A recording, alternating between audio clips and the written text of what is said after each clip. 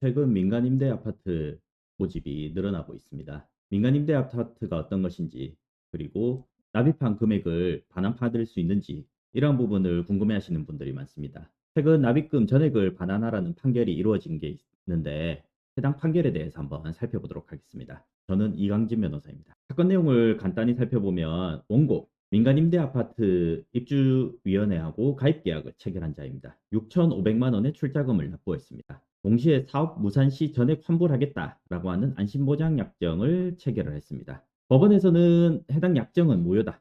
이 전액 환불하겠다는 약정은 무효다라고 판단을 했고, 그에 따라서 이 약정이 무효기 때문에 조합 가입 계약도 무효다. 전체가 다 무효다라고 해서 판결은 6,500만 원 전액을 반환해라 라는 판결을 이루어졌고, 추가로 신탁사, 자금관리사에 대해서 자금집행 요청 통지 명령을 함께 명했습니다. 해당 내용이 무엇인지 한번 상세하게 알아보도록 하겠습니다. 원고 가입자 A씨는 2024년 9월에서 10월에 걸쳐서 6,500만 원 가입한 이후에 6,500만 원을 납부했습니다. 당시에 반환 약정을 별도로 맺었는데 사업 무산 시에 출자금 전액을 반환하겠다라고 하는 확인 및 동의서를 함께 받았습니다. 그리고 입주위원회가 있었는데 임대아파트 공급 목적의 회원 가입 계약 체결을 한 주체입니다. 이후 해당 계약은 피고 인수참가인의 창립위원회라는 입주위원회가 아닌 다른 명칭의 창립위원회로 넘겨갔습니다. 그리고 원고는 피고위원회와의 계약에 따라서 6,500만 원을 납부했는데 그 6,500만 원은 자금관리사인 신탁사로 들어갔습니다. 법적인 쟁점은 총회결이 없는 총유물 처분 행위는 무효다라고 하는 것입니다.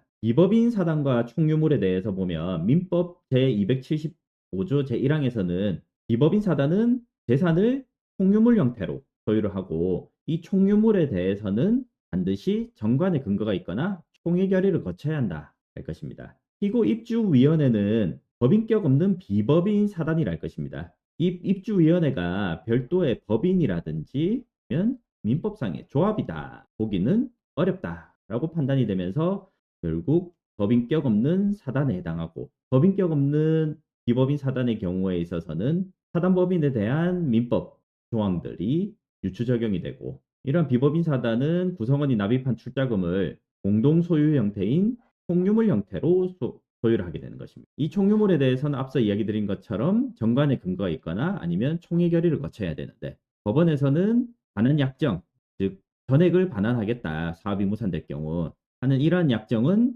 단순한 채무 부담이다라고 하는 입주위원회 주장을 배척을 하고 총유물 처분 행위다라고 인정을 하였고, 거기에 더해서 정관의 근거도 총회 결의도 없으므로 해당 약정이 무효다라고 판단을 한 것입니다. 전액 환불 보장 약정과 가입 계약은 원칙적으로는 별개의 계약이다라고 할 것입니다. 민법 제137조에서는 일부 무효에 대해서 법률 행위의 일부분이 무효인 때에는 원칙적으로 그 계약의 전부를 무효로 한다라고 하면서, 다만 일부가 무효임에도 불구하고 나머지 계약을 유효로 할 것이다 라고 하는 가정적 의사가 있다라고 하면 나머지 계약은 유효하다라 할 것인데, 민간 임대 아파트 사업은 본질적으로 위험성이 매우 높고, 가입자 원고 입장에서는 원금 회수 보장은 가입 여부를 결정하는 가장 핵심적이고 절대적인 조건이다라고 하면서, 만약에 안심보장 증서가 없었다라고 한다면 원고는 결코 조합가입 계약을 체결하지 않았을 것이다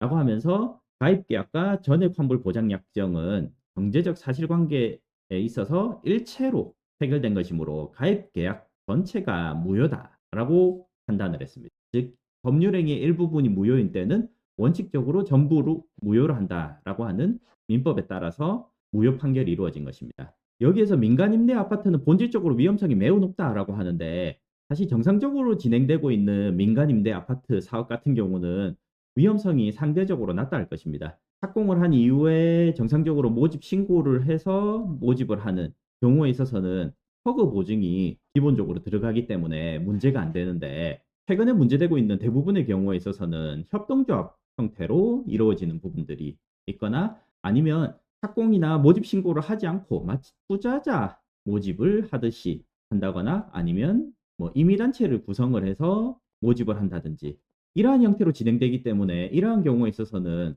허그 보증을 받을 수가 없다라는 점에 있어서 위험성이 높다라고 보고 있는 것입니다. 그래서 법원에서는 피고 인수참가인위원회, 원래 입주위원회가 있었는데 이 입주위원회의 권리 의무를 모두 승계한 창립위원회가 6,500만 원을 반환해라라는 판결을 내렸습니다. 그리고 신탁사에 대해서는 그 돈을 보관하고 있는 원고가 납부한 금액을 보관하고 있는 신탁사에 대해서 부당이득 반환 채권을 보존을 위해서 위원회가 신탁사에게 가지는 자금 지급 청구권을 대위에서 행사하라라고 하면서 위원회는 신탁사 이에게 법적으로 자금 집행이라는 취지의 통지를 해야 할 필요성이 있다라고 판결을 내렸습니다. 이와 관련해서는 일부 법원에 따라서는 일단 반환 판결을 먼저 얻은 다음에 해당 부분에 대해서 집행을 시도하고 집행이 불가능해진다라고 한다면 그제서야 다시 신탁사를 상대로 자금집행 통지 요청을